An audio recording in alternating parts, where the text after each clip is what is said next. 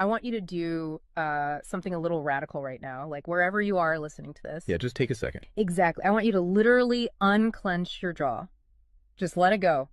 Drop your shoulders. Most of us don't even realize we're tensing up, Right. And look, I don't care if you just finished, a grueling 12-hour shift on the hospital ward, or if you just stepped off a loud, dusty job site. Or even if you're just mentally exhausted from staring at screens all day long. Leave it at the door. It's over. You are officially entering quiet mode.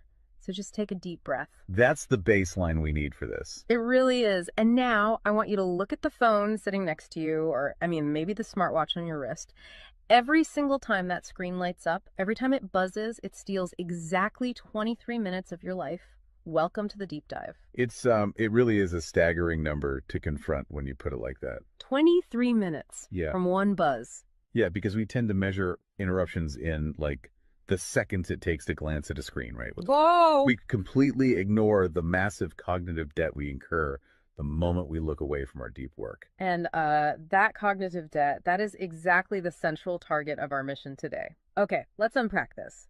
We are exploring The Sovereign Architect's Guide by Chillstar 08. Specifically, episode 6, which is titled Deep Work Dynamo, How to Finish Your Week in 4 Hours. Right. And if you remember in our last deep dive, we talked about installing drawing those boundaries and reclaiming your personal space. But clearing the space is just step one. It actually reveals a much deeper, much more intimidating problem. Yeah, the void. What are we actually supposed to be building in that silence we just fought for? Because if we don't have a blueprint, the noise of the world is just going to rush right back in to fill it. Oh, for sure. We have this natural horror of a vacuum. The second our schedule opens up even slightly, our instinct is to pack it with activity. We just have to be doing something constantly. Exactly. We are culturally conditioned to equate motion with progress. Yeah. But Chillstar 08 introduces a really brilliant distinction here. She talks about the trap of idling. I love this concept so much. Think about a car engine, right? Mm-hmm. The engine is running, the pistons are firing, it's burning through all this expensive fuel, making a ton of noise and vibration. But the car is in park. Yes, it isn't going anywhere, and that is what most of our daily quote-unquote busyness looks like. We feel incredibly productive because we are in constant motion. Right. You check a text message while you're sitting at a stoplight. Or you answer a quick email while walking from your car to the front door. You stare at a spreadsheet on your laptop while, your family dinner is sitting right in front of you, literally getting cold. And that right there is the illusion of productivity. You end your day feeling physically and mentally depleted because you were constantly doing something. So you didn't actually do anything that matters. Exactly. If you step back and evaluate your legacy, the deep, meaningful work, the art, the business strategy, the relationships. Right, the relationships that actually move your life forward. None of it progressed. You spent 8 hours idling. You were everywhere, which means you were truly nowhere. Man, that hits hard. And this brings us back to that terrifying 23-minute statistic from the research she cites. I don't want to just gloss over this. No, we definitely shouldn't. Because understanding the mechanism behind it is crucial. Why does a 5-second distraction cost us almost half an hour? It basically comes down to how our prefrontal cortex manages working memory. Your brain is not a computer processor that can just run multiple applications in parallel. Right. We can't actually multitask. Exactly. When you are doing deep work, say writing a complex proposal, your brain loads this massive fragile web of context into your working memory. Like holding all the pieces of a puzzle in your hands at once. Yes. You are holding multiple variables, ideas, tones all at once. So when your phone buzzes and you glance at a text from your partner asking about groceries, your brain is forced to execute a context switch. So it has to dump all the proposal data just to load the grocery data. It literally flushes the working memory buffer, yeah. It has to process the new rules and the emotions associated with that text message. Wow. And then when you turn back to the proposal, you cannot just pick up where you left off. Your brain has to laboriously rebuild that entire web of context from scratch. Oh, I hate that feeling. Were you just staring at the screen like, what was I even saying? Right. It has to retrieve the thread of your argument.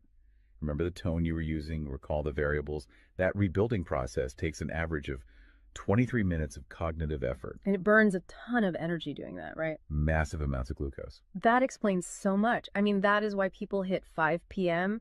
and feel physically exhausted, almost sick to their stomachs. Even if they've just been sitting in a really nice ergonomic chair all day. Exactly. They haven't been doing deep work. They've been doing cognitive gymnastics, just constantly flushing and reloading their working memory. They are burning fuel just to stay in park. So, okay, let me bring in what I like to call the transformer concept here. Because our focus is like an electrical grid. If you have, 50 browser tabs open, you are leaking energy as raw, unusable heat rather than concentrated light. That's a great way to look at it. So if we are all acting like our focus is this cheap renewable resource, how do we stop being what Chillstar '08 calls a subject to the pings of the world? I mean, how do we actually become the architect of our attention? Well, what's fascinating here is how she frames the philosophical shift we need. She says utility does not equal value. Oh, say that again. Utility does not equal value. Right. In the modern workforce, we have been completely conditioned to believe that being constantly available makes us valuable. Like if you answer a Slack message in 3 seconds, you're the hero. Exactly. You are praised as a good worker. Or if you jump on a Zoom call with like 5 minutes notice, you're a team player. But that is just utility. I mean, being highly available makes you a commodity. You're like a human router just passing information back and forth. And routers are easily replaced. True sovereignty, true value comes from being impactful. You simply cannot make a deep, lasting impact if your attention is constantly fractured by the agendas of other people. Yeah, when you operate like that human router, you are spending your finite, precious Mondays executing someone else's script. You're a subject to the pings of the world. Okay, so we know the biology of why this destroys our focus, and we understand the philosophical trap of, trying to be too available. But how do we actually fix the mechanics of our workday? We have to build the deep work dynamo. Right. So think of your attention like water pressure. If you poke 50 tiny holes in a garden hose, open browser tabs, email notifications, group chats. The water just trickles at the end. Exactly. You cannot wash a car with a trickle. You're just making the driveway wet. That's true. So the Dynamo Audit she lays out, it's about putting a high pressure nozzle on that hose. It narrows the opening to create a stream powerful enough to actually blast through the dirt. And the first step in that audit is auditing the physical environment itself. She calls it analyzing your signal-to-noise ratio. Okay, so visualize your workspace right now. She asks you to determine if it is a sanctuary or a transit hub. Let's be honest.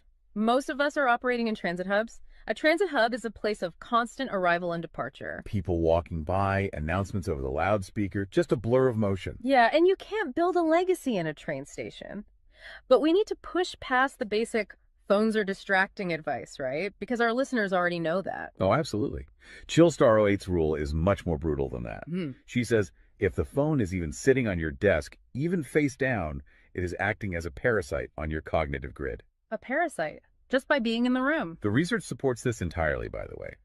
The mere presence of a smartphone in your visual field, even if it is completely powered off, measurably reduces your cognitive capacity. Because your brain is having to actively expend energy to ignore it, right? Exactly. It is running a background process that just keeps saying, don't check the phone, don't check the phone.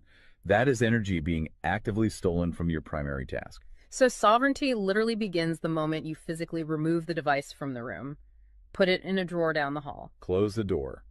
Make the physical environment quiet. But okay, let's say you've done that. That doesn't stop your own brain from creating internal noise, right? Like trying to juggle 5 projects at once. How do we fix the internal wiring? That brings us to the second pillar of the audit, which is the batch wiring rule. This directly addresses the danger of switching fatigue, which we touched on with that 23-minute penalty. Right, the cognitive glucose burn. Yeah. When we attempt to multitask, like writing a creative brief, then pausing to check inventory levels, then answering 3 customer service emails. And then trying to go back to the brief. Right. We are grinding our mental gears to dust. We are switching between entirely different cognitive states. Because creative writing uses a completely different part of the brain than calculating inventory, obviously. They require entirely different operating frequencies. So the batch wiring rule dictates that you must group similar tasks together based on their cognitive load. Okay. And you do not switch the current until that specific type of work is completely done. You do all your deep analytical thinking in one high-voltage And burst. then you save all your reactive administrative stuff for a separate lower voltage block later in the day. Precisely. It's all about staying in one gear. Like if you are driving up a really steep hill, you don't constantly shift between first gear and fifth gear. You lock into the gear that provides the right torque and you just ride it out. That's a perfect analogy. But okay, here's where it gets really interesting. This leads to the third pillar of the audit, and this is where I actually need to seriously push back on the source material a bit. She calls this the zero access window. Ah, yes. This is usually where the resistance starts for people.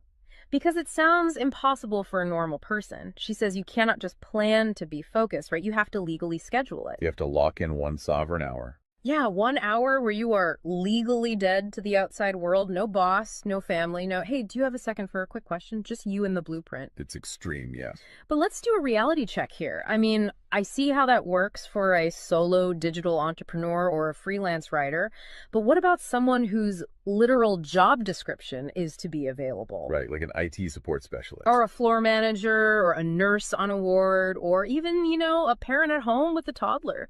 How do they justify just vanishing? It feels like this advice only applies to a very specific, privileged type of worker. That is the most common and, frankly, the most valid hurdle to this entire system. But we really have to look at how the principle scales, and we have to look at the internal psychology of the worker. Okay, walk me through that. First, let's address the context of Chillstar '08's own life. She is not some solitary monk living on a mountain. She is a wife, a mother, and a grandmother. Oh, wow. Okay. Yeah, and she runs a luxury travel agency and a digital marketing business. Her entire professional and personal life is built around communication and client management. She probably receives hundreds of legitimate demands on her attention every single day. So she is really in the thick of it. She isn't just speaking from some ivory tower. Far from it. She implements the zero access window because of those demands, not in spite of them. Now, for the IT manager or the nurse, obviously, you cannot vanish while on active duty if your role is acute response. Right. You can't ignore a burning server or a patient monitor. Exactly. But the principle applies to the deep work surrounding the active duty, the scheduling, the charting, the strategic planning. Even in highly reactive jobs, there is legacy work that gets pushed to the margins. That makes sense. And the challenge isn't just logistical, it is deeply psychological. It's the internal guilt, isn't it? Yes, exactly. People feel like bad employees or bad parents or bad partners when they set a hard boundary. Yeah. We tie our entire self-worth to our responsiveness. We think, if I am not instantly available, I am failing them. Man, that is so true. We feel guilty for taking an hour to ourselves. But setting a zero access window is not about neglecting your family or your team. It is about condensing your high level work into massive, high impact bursts of energy so that you can actually be present later. Wow. Okay. Consider the alternative. If you don't carve out that absolute focus, you end up giving your family or your team partial fractured attention for 12 hours straight. Exactly. You are physically at the dinner table, but mentally you are drafting an email. Or you are sitting on the floor playing with your kid, but you're checking a Slack notification over their shoulder. You are trading constant low quality availability for scheduled high quality presence. It is entirely about communicating boundaries to protect the quality of the time you do give people. You tell your team, look, I am going offline for 60 minutes to finish this crucial report. If the servers literally catch fire, call this specific emergency number. Otherwise, I will address all questions at 11:00 a.m. Right. You aren't vanishing to hide. You are vanishing to get the work done efficiently so you can actually live your life. Which brings us to the ultimate why behind this entire system. Because once you fight through that guilt, once you build this 4-hour fortress, you have to know what it is all for. It's not just about becoming a hyper-efficient robot. No, because if you use these tools just to do more of your boss's busy work or to take on 3 more stressful projects, you have entirely missed the point. You are just speeding up the treadmill. If we connect this to the bigger picture, the destination we are driving toward is a concept she calls passive magnetism. Okay, break down passive magnetism for us, because it sounds a bit abstract. Think of it as the gravity your work generates when it is undeniably good. Most people operate with active desperation. They are loudly networking, constantly posting, aggressively chasing clients or promotions. Just relying on sheer volume to get noticed. Right. Passive magnetism is the exact opposite. It is the ability to attract results, clients, wealth, legacy, or respect through the undeniable quality of your deep work. Because you actually took the time to build something substantial rather than just talking about building it. Yes, when you engage the deep work dynamo, you produce work so concentrated and so valuable that it acts as a magnet. You don't have to chase the market comes to you. And the ultimate prize of achieving that passive magnetism isn't just more work. The prize is time. Time is the ultimate currency. The dream of the sovereign architect is to finish an entire week's worth of business output in just 4 hours. You do this high voltage work often while the rest of the world is literally still hitting the snooze button. You free up the remaining hours so you can go be a traveler, so you can be a creator. So you can be a fully engaged grandparent like Chillstar '08. Exactly. She frames it beautifully in the source text. She says, we wire for silent so we can live in volume. Oh, I love that. We embrace the discipline of the quiet fortress so that our actual lives can be loud, vibrant, and fully experienced. We are finally taking control of the dial. But, making that shift from a frantic, reactive employee to a calm, sovereign creator requires a massive shift in identity. You have to tune your mind before you sit down to do the work. It is really difficult to just sit down at a desk and instantly command your brain to perform deep work, right? Especially if you've spent the last hour navigating traffic and listening to the news. You need a transition ritual to cross that threshold. And Chillstar '08 provides something for this transition called the Chillstar's Creed. It is designed to be a grounding frequency. It really centers you. Yeah, so I want you, the listener, to use this. I want you to imagine a slow, steady heartbeat in the background. Just a deep, resonant 528 hertz frequency. Just let the frequency of these words settle into your mind before you initiate your deep work. Ready? Take it in. I am grounded in peace. I am reaching for my stars. My light is my own. I am a star and I will shine bright. I will reach for the sky. I release what was. I embrace what is becoming. Using a creed like that is just such a powerful behavioral trigger. It really shifts your state. When you speak those words, even just internally, you are consciously reminding yourself that your light, your focus, your energy is your own. It does not belong to your inbox. This does not belong to the algorithm. Right. You are releasing the frantic energy of the morning and embracing the sovereign focus of the architect. So we always want to translate this high-level theory into ground-level reality for you. We don't want you to just listen to this and go right back to idling. Definitely not. Here's your 1% install. This is your micro-win to take action on this deep dive immediately. Tomorrow morning, before the world starts demanding your attention, before you check a single news site or open your email, I want you to set a timer for exactly 60 minutes. Put your phone in another room entirely. Yes, physical distance. Do not open any extra browser tabs. Pick one legacy task, just one, and flip the switch on your very first sovereign hour. And be prepared for it to feel incredibly uncomfortable at first. Your brain will crave the dopamine hit of a notification. Oh, you will feel an almost physical itch to check your messages. But if you can sit in that silence, if you can endure that initial friction, you will watch the dynamo start to spin. You will enter that flow state, and the old blueprints of hustling and grinding will be completely burned away.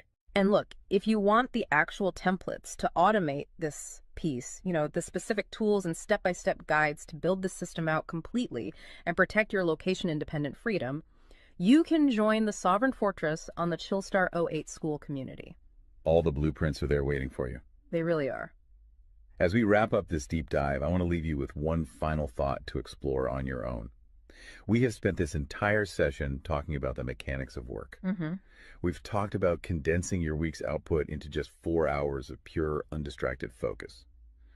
But if you actually achieve that, you're going to be faced with a beautiful, kind of terrifying question. What's that? Who are you going to become in the remaining 164 hours of your week? What if your true legacy has absolutely nothing to do with what you produce while you are busy, but entirely to do with who you are when you are finally completely silent? Wow. Unclench that jaw. Drop those shoulders. Step into the quiet. Go be great and flip the switch. We'll see you on the next deep dive.